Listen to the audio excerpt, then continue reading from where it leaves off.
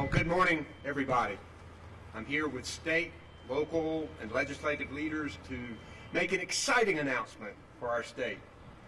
With me today is our Secretary of Commerce, Michelle Sanders, our President Pro Tem of the State Senate, Phil Berger, Speaker of the State House, Tim Moore, the Senate Minority Leader, Dan Ballou, the House Minority Leader, Robert Reeves, and the Chairman of the Wake County Board of Commissioners, Matt Calabria. Even in a pandemic, North Carolina has been on a run with 10 companies and thousands of new jobs in both rural and urban North Carolina announced within just the last 2 months. Well, it's about to be 11, and this may be the biggest of all. I'm proud to announce that Apple will build its first entirely new campus and engineering hub in the United States in more than 20 years, right here in the Research Triangle Park.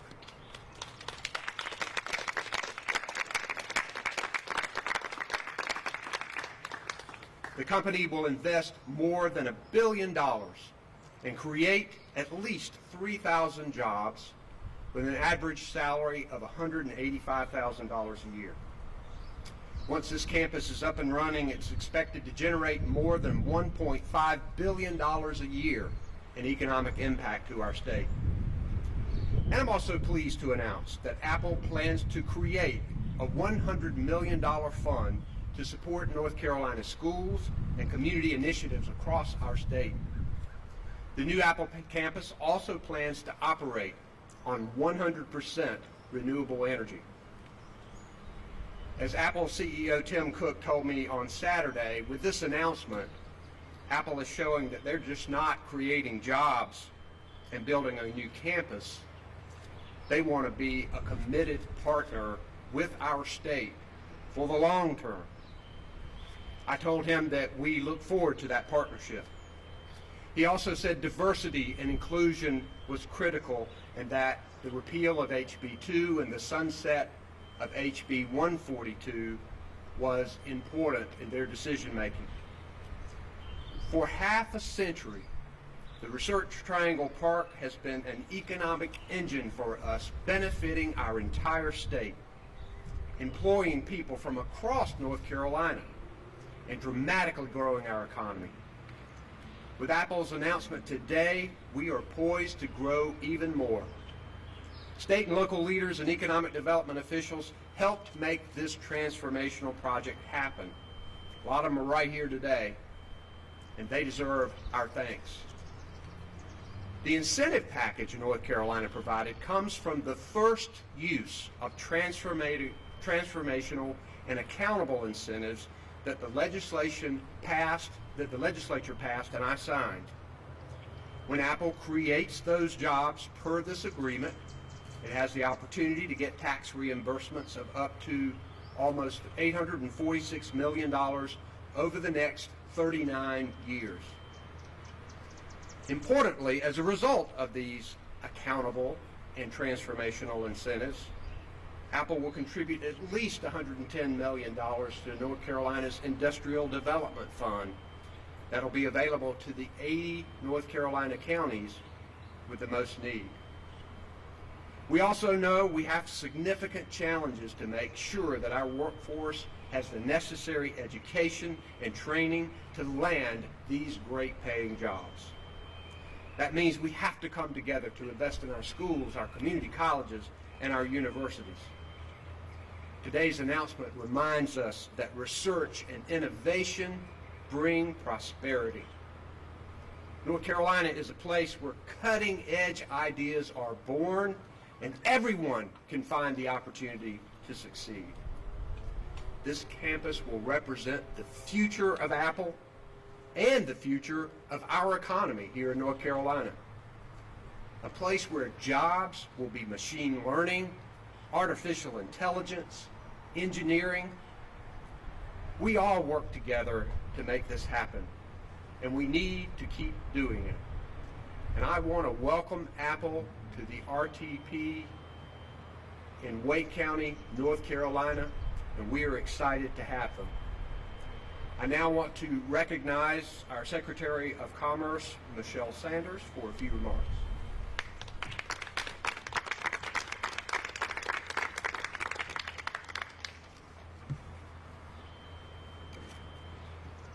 Good morning, everyone, and thank you, Governor, for those remarks. I want to thank the legislators who are here today with the Governor and I.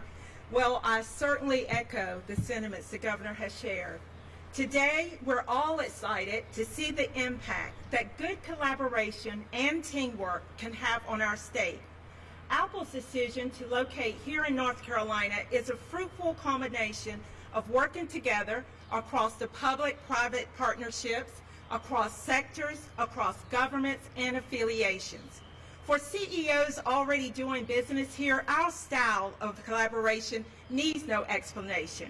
It's the North Carolina way. Apple first took notice of our approach some years ago, but with today's decision, you can be sure that many others will take notice too of our North Carolina way. The scope of this project is transformative for people of our state and our economy. It means new jobs, careers for many. It means an influx of people relocating. It means new partnerships and opportunity. It has a multiplier effect. It means growth for other businesses and industries as well, like real estate, retail, hospitality, our small businesses, among others. Apple's commitment to locating 3,000 new jobs here in North Carolina is more than $1 billion of investment and millions in educational support programs for the counties across the state. We will have a tremendous impact on our state's economy and people, not just for today's current generation of talented workers, but also for many future generations to come. Today's decision will provide new revenue to build critical infrastructure projects in rural parts of North Carolina. Good infrastructure is the unsung hero of economic development. When a rural community lacks things like industrial-grade water and sewer lines or enhanced electric capacity, it's competing for business with one hand tied behind its back. I'm pleased today to announce our announcement means $100 million will go into the state infrastructure fund and will help bring new prosperity to communities far beyond RTP region. The leadership you see presented here today, all of us care deeply about the people of North Carolina, about bolstering our resiliency, prioritizing our workforce readiness, and bringing good paying jobs to this state. We're committed to ensuring North Carolina has every opportunity and that the North Carolinians here have every opportunity to live healthy and prosperous lives. And our state's economy is one that works for all people. Thank you, Governor and legislators and our many local economic development partners for working together to support economic development in our state and for supporting a vision to create more good-paying jobs, build world-class workforce, establish a more resilient post-pandemic economy, and advance smart public policies that will make a difference and will be an economic engine for all. And importantly, we are also committed to transforming our economic culture to ensure inclusive and equitable practices in all we do. Thank you all, and a big congratulations to Apple for seeing what's possible here in North Carolina, and to all the people of this great state of North Carolina. Thank you.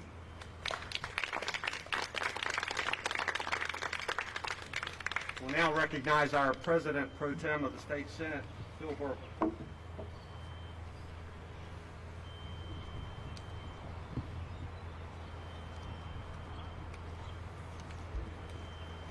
Thank you, Governor, and also want to thank you for the weather today. It's certainly a beautiful day. And I want to thank everybody for being here, particularly those folks who are up here, and of course members of the press. There's no question North Carolina is the best state in the country to live, to work, and to do business. We've worked to move North Carolina from the bottom of the pack in business climate ratings to near the top. That Apple chose North Carolina as the location for its first new American campus in many years is a testament to the success of that work.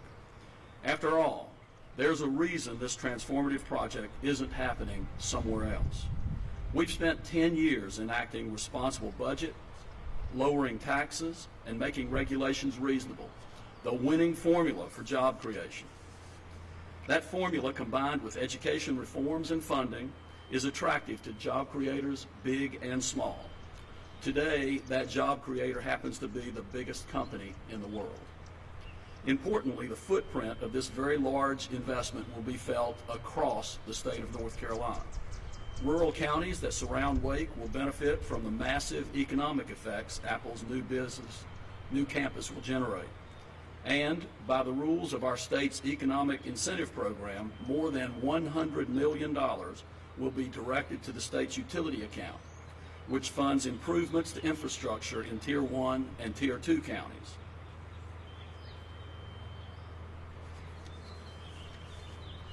New tax revenue generated by Apple's new campus and the high-paying jobs that come with it will help fund schools, colleges, roads, and bridges from the mountains to the coast. And it must be said that this project would not have happened without key people who spent a lot of time 3 years ago updating our state's JDIG program. Those people include Jim Blaine, Bart Goodson, Ken Udy, Barry Boardman, Jonathan Tart, Cindy Averett, Tony Copeland, and Dan Edifall. There are other people that deserve credit, but they're the ones that worked tirelessly on updating the JDIG legislation. They deserve as much credit as anybody up here for this transformative investment. I want to thank you for being here today and thank Apple for its investment in North Carolina.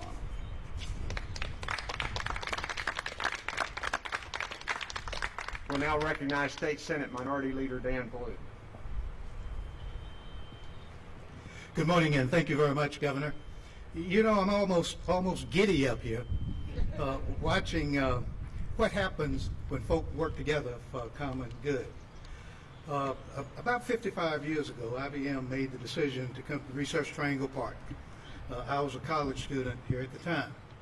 And the amazing thing about that is a transformational effect that company, then the principal technology company in the country and in the world. The same thing is happening now with Apple. It's not just Apple that we celebrate coming here today, but it is the ecosystem that it brings with it. And I will suggest to you that just as we saw IBM transform a region, just as we saw biotechnology being in a position to get a foot with pharmaceutical companies and all of those coming into this area, all over the state, we will see the same kind of impact from this decision by Apple. You know, IBM is still here in various forms through Red Hat and in its other capacities, and going strong. And we're going to see that same kind of thing happening with this. Artificial intelligence, this is going to be the hub for it to a great degree. And the industries that will populate the next half a century. So I'm glad that Apple is coming to Wake County. Of course I am. I represent Wake County. But I'm also glad that Apple is coming to North Carolina. Anybody who studied how these super international companies do know that the ripple goes far and wide. And we just got to commit ourselves to invest in those things that will service not only the Apples, but other great companies that will be coming. The governor alluded to it: education, education, education, and infrastructure. And if we can work together to bring us to this point, as Democrats and Republicans running this state, representing all of the people in this state, we can work together to make an environment so that North Carolina is second to none in the country, but more importantly, second to none in the world as we provide for our people. Thank you, Governor, for leading us through this. Thank all of you for being here. We'll now hear from the Speaker of the State House, Tim Moore. Thank you, Governor. Good morning. I can think of no better weather and no better news to announce today in North Carolina. This is something that we should all be proud of. And just as the previous speakers have said, this is an example of what happens when everybody works together. You know, when the transformative project legislation was introduced, we had one project in mind, but isn't it great when it's a different project that comes around? I think the governor, before we came out, said it well. When a window closed, we had a big door open all of a sudden. And this is an absolutely huge opportunity, not just for our state, but frankly for so many generations yet to come. Folks who live here, folks who will move here.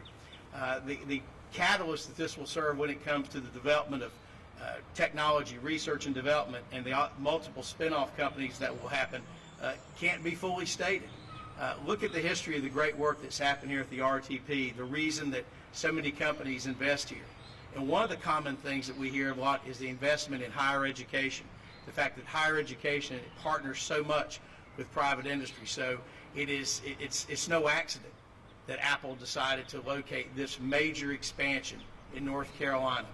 3,000 jobs, roughly $1 billion investment, all that's going to benefit this state, as I say, for generations yet to come. An opportunity for growth here like we haven't seen in many decades to this extent. You know, this has been a challenging last 12 months. North Carolinians are hungry for good news. Well, today they received great news. And I'm proud to be here standing with these other leaders today to say welcome to Apple.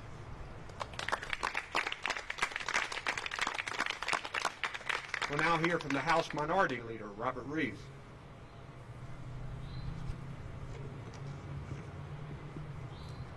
And I would also say good morning and thanks to everybody for being here. I especially want to thank our governor. I want to thank Secretary Sanders. It's a pretty good first month on the job, I'd say. I want to thank our legislative leaders here and reiterate what you've heard. This is what happens when we work together. This is what happens when different viewpoints, different thought processes come together, figure out compromise, and figure out ways to move forward. And just as the speaker said, when we came up with the transformative legislation, you know, we had one idea in mind. We now have another company to be happy about. And getting a company like Apple is so important because of what they are committed to. They're committed to diversity. They're committed to inclusion. They're committed to making things better. And how exciting is it to be in North Carolina? If you've been a North Carolinian all your life, I, just like Senator Blue, wasn't alive when IBM got here. Wasn't quite in college. But with that being said, I remember what it meant to my family. I had an aunt and uncle who were just getting out of school. They had a chance to locate somewhere, and they decided to stay, with opportunities all over the country, to stay in North Carolina because IBM was here. And so my aunt's retiring from IBM after all these years, and to think about those opportunities being here for our kids. Think about governors like Hodges, Hunt, who understood, just as Governor Cooper does, that the work we're doing today, we might not see all the benefits in our lifetime, but thank God we've got a chance to see those for our kids and for our grandkids, and what we've done for North Carolina, getting Apple here, means the world. So I hope we continue to have announcements like this, continue to be able to work together, and continue to be able to show the rest of the country how you work together with differences of opinion, differences in politics, differences within parties about the way things ought to move forward, and seeing that ultimately it's about our citizens, because that's who won today. The citizens of North Carolina, the people who live here, the people who call it home. We've got a big win for you, and I could not be happier to have that. Thank you.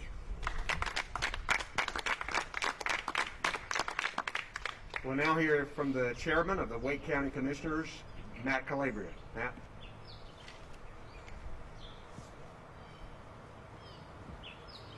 Thank you very much, Governor. Good morning, everyone. This is a truly landmark day for Wake County, as it is for our region and for our state. Again, I'm Matt Calabria, Chair of the Wake County Board of Commissioners, and on behalf of the county and the County Commission, I want to welcome Apple into our community. I want to start by thanking Governor Cooper, Secretary Sanders, for their leadership on this project and so many other things. I also want to thank our legislative leaders, many of whom you've heard from today, for the work of their respective houses in making this project a reality. Lastly, I want to thank many of our Wake County team members, some of whom are here today: County Manager David Ellis, Adrian Cole, Michael Haley, Ashley Cagle, Chris Dillon, and so many others who worked incredibly hard to put this project together. We are delighted that out of all the places Apple could have gone, Apple chose Wake County. But we believe that that was no accident. Apple surely does its homework when making decisions like this, and Wake County has the skill set and the mindset to attract cutting-edge companies such as Apple.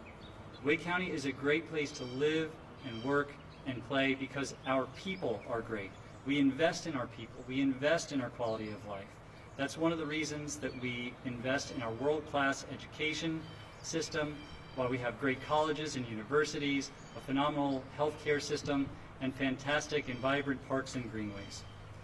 It's also why we're excited that Apple has committed to investing $100 million in our local schools and community initiatives. And just like Apple, we are always looking to what comes next. Apple's announcement highlights what we already knew about Wake County, that our county is a hub for the best companies and the brightest minds. Fully 4,000 tech companies call Wake County home, and after this announcement, you can bet that there are going to be a whole lot of others looking to sign up as well.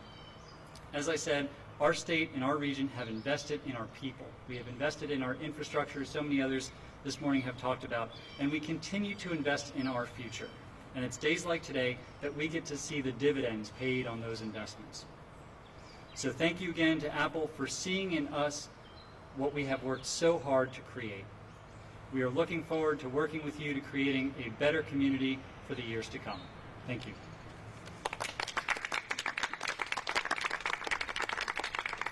Again, we are excited and proud that Apple has chosen North Carolina as the location for its first completely new campus and engineering hub in more than 20 years.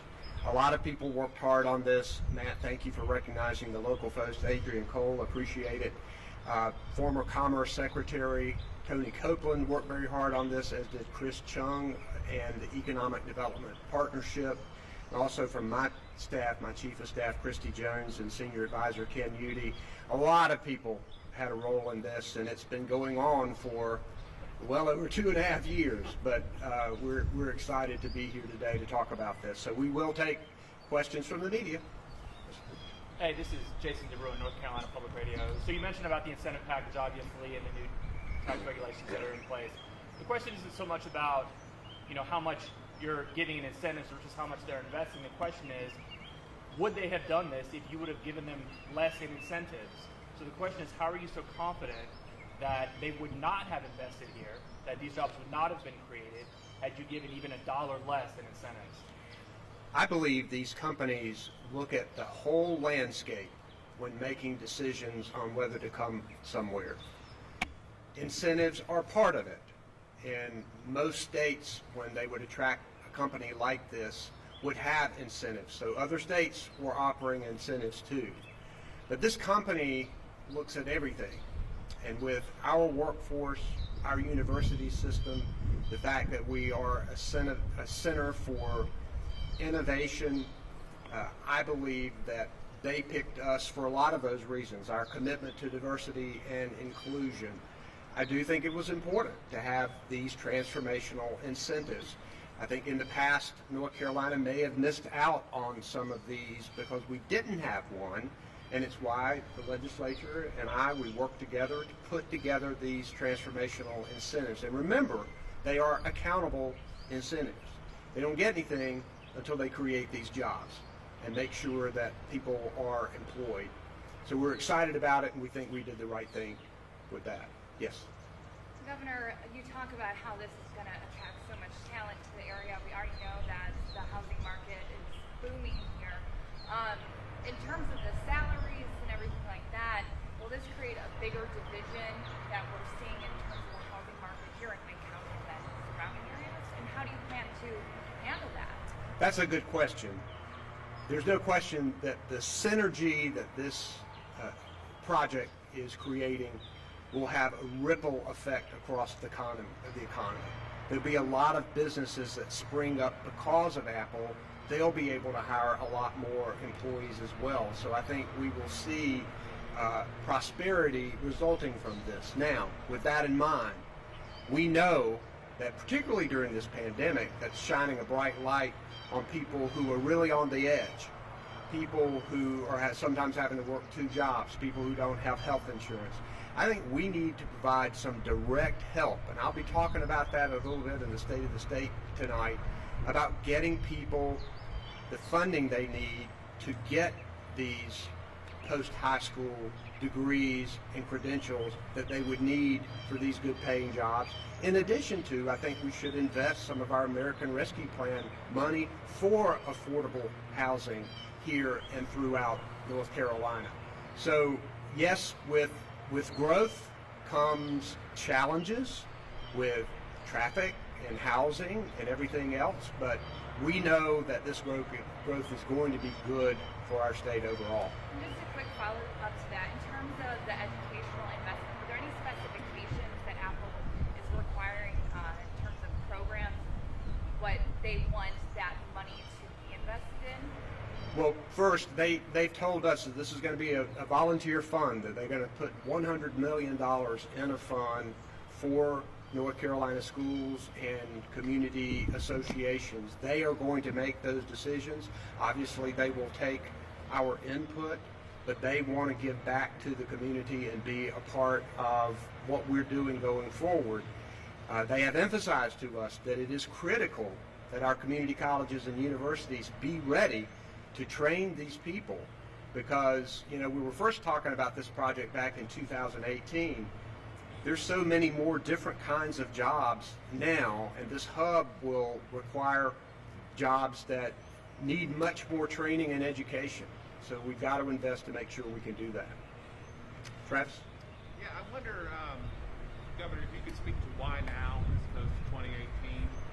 And then for our legislative leaders, the governor mentioned HB2. Were there any other bills that may be pending, whether it be about voting or just even if there's not a bill pending, the issue or transgender bills where the company or its people made it clear, hey, don't move on that if you want us to come. So 2 questions. One, why now, not then? And then the other, the political side. So we have been talking with Apple about this project since 2018. And toward the end of 2018, there was an announcement of an expansion in Texas. We were initially disappointed that Apple had purchased property here and continued to tell us that North Carolina was on the radar for something else. So we continued talking to them. There's no question that Apple believes strongly in diversity and inclusion and doesn't want to see those kinds of bills that you mentioned get passed. And I think we won't do those kinds of things in North Carolina. But I will say this. I mentioned to Speaker Moore coming in, that window closed, but a door opened. I believe that this project is much more transformational than the expansion we would have gotten in 2018. There is not a particular reason that I know of why Apple did not choose North Carolina in 2018. People surmise that maybe it was because of diversity and inclusion issues and HB2 hangover. I don't know for sure, but I had a conversation with Tim Cook on Saturday. He feels good about our diversity, inclusion, and anti-discrimination landscape. He feels good about this project, and they are just as excited as we are to build it. Yes, sir. Governor, a few questions since I don't have to press 5 on the phone today, so thank you.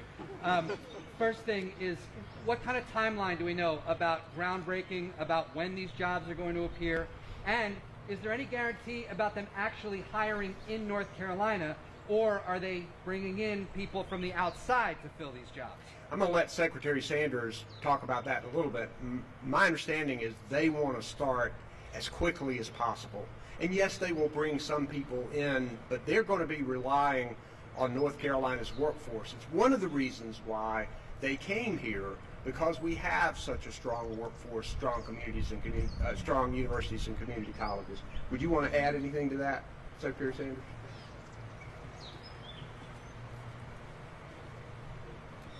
I don't have a definitive date on groundbreaking, but as the governor said, we have been told that they would like to start as soon as possible. So we will partner and continue to collaborate with them on that. I'd also mention that there are 1,100 employees currently that they are going to retain here in North Carolina. And we do expect that because of our talent, which is a part of their decision, that they will hire residents of our state as well. So 1,100 of the 3,000 are going to be North Carolina? No, 1,100 are here. They will retain those, and that we will have an additional 3,000. Thank you. Yeah, Apple already has a site in Catawba County, and so we're hoping that they will grow there as well. Governor, can you talk about also, so the infrastructure fund, that's who's in charge of that money? Who decides what projects are going to be funded? And if you can give more specifics also to that education fund. Who's in charge of that? When will that money be doled out? There's a Rural Infrastructure Authority utility fund that this legislation that we all worked on together that is required.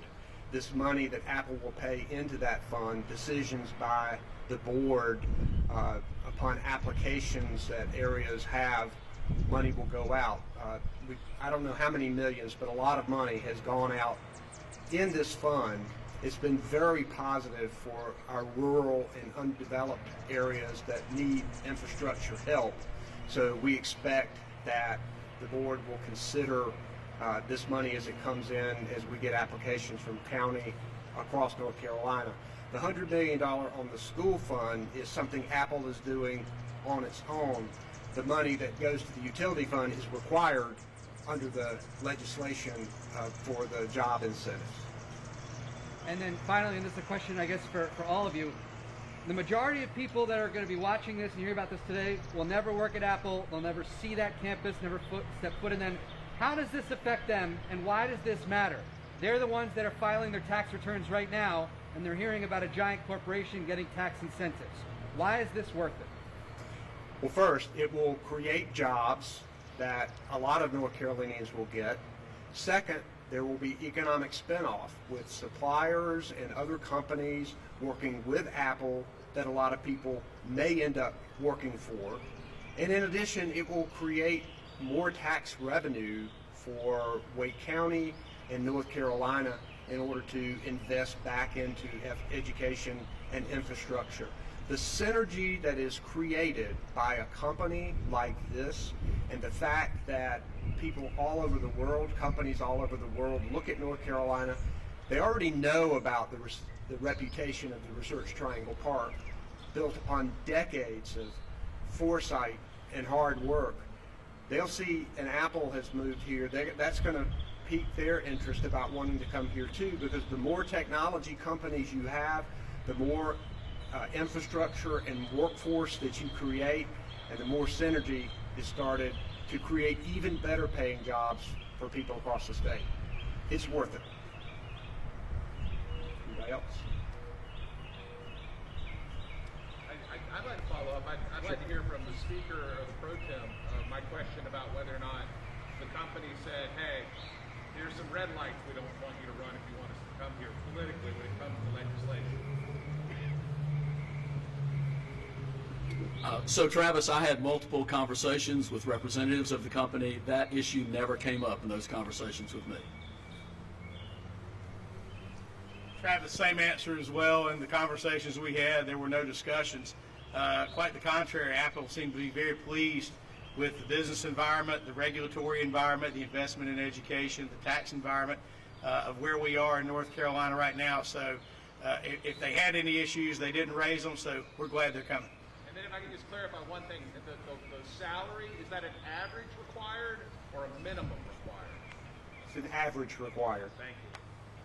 I'm sorry to ask basically the same question, but there have been some anti-trans bills that have been introduced during this legislation. You've been pretty forceful in saying that those are not going to get a hearing. Are you saying that had nothing to do with Apple potentially coming? That decision was made before I had the most recent conversations with Apple. Had nothing to do with Apple. Governor, leaders, you worked together on a lot lately. You passed this. I mean, you were able to hash out a compromise on the school bill. You have this now. now tonight you're going to give the State of the State address. How confident now can you keep the momentum going to actually deliver a budget this year? I think we owe it to the people of North Carolina to work together. You know, we had a tough election in 2020. They tried to get rid of me. I tried to get rid of them. We ended up the same way we were. And I think we looked at each other and said, this is what the people of North Carolina have voted for. We've got to work together to get positive outcomes for our state. So I think all of us right now are making commitments to listen more to each other and to try to collaborate more to get a budget that we can sign and to get other legislation that we can sign. We also recognize that we're going to have disagreements and about a lot of legislation, and that the fact that I might veto one piece of legislation, we don't want that to bleed into other negotiations that we're having. So I think we recognize that we've got some differences that are going to be hard to get over, but when it comes to trying to get a budget, when it comes to economic development and infrastructure, when it comes to the American Rescue Plan and the funding we have for our state that I think can be transformative for us, we've got to work together. We have time for one more question. Is there something legislatively that can be done to safely expand new building of homes? Because it is true, already there's a dearth of new development. Where are these new people going to live? And what's going to happen to the policemen, the firefighters, the teachers, the nurses that are trying to live locally here instead of being pushed out to further counties, thus clogging the highways with more traffic and no public transportation to bring them here? Growth brings challenges. Excuse me, the pollen got me a little bit. Growth brings challenges. We've got to make sure that we invest in the infrastructure that we need. We're going to work with locals. Matt, you might want to come up and talk about what Wake County is doing in that arena. Thank you, Governor, and certainly we appreciate the question because it's been front and center for us in our thinking and what keeps us up at night long before we were ever even thinking about an Apple expansion here. A couple of points I would make. First of all, Governor, as I think you said earlier, Apple is coming here because they want to hire the people here. So creation of 1,000 or 3,000 jobs doesn't necessarily mean 3,000 new people coming into the county. It means 3,000 jobs created because they want to access graduates of NC State and our phenomenal HBCUs and Wake Tech and so many other places. So that's one point I would make. Second, and I think you've seen a sea change on this, particularly on the county commission since 2014, there is a laser focus on affordable housing, on overall equity and affordability. We passed our public transportation referendum in 2016, funding bus service, BRT, commuter rail. And on the affordable housing front, in 2017, we set out a 5-year plan to create 2,500 units of affordable housing. Last I checked, we're at 2,300 and change, and we're only in year 3. We just 2 weeks ago created an affordable housing preservation fund to capture naturally occurring affordable housing. And there's so much more I could discuss on this, but I think the bottom line is, as many of our companies know, if you're not moving ahead, you're falling behind. And we want to create good paying jobs. One of the things that we looked at in the offerings that Apple provided to us is, and we always look at this in every economic development project, okay, you're going to create $100,000, $200,000 jobs, but what about how do we elevate people who are making $40,000 a year, or $50,000 or $70,000 a year? And what we found with Apple's spec sheet is that the kind of people who are in trades and those sorts of things who would normally be making those salaries are making really good salaries as part of this this campus. And so those people are being taken care of. But overall, the big issue here is affordable housing, transit, other quality of life issues have long been a point of focus for the county. And so our job is to make sure that we are prepared for this, that we are helping the people here, but also that we know we're growing. That's just a fact of life and it won't change. But as somebody said to me once, show me a community that doesn't have a growth problem and I'll show you a community that wants one. We need to be prepared for it. We're doing everything we can to invest in our community, and I think that's going to inure a great number of benefits for us. Thank you all for being with us today. We appreciate it.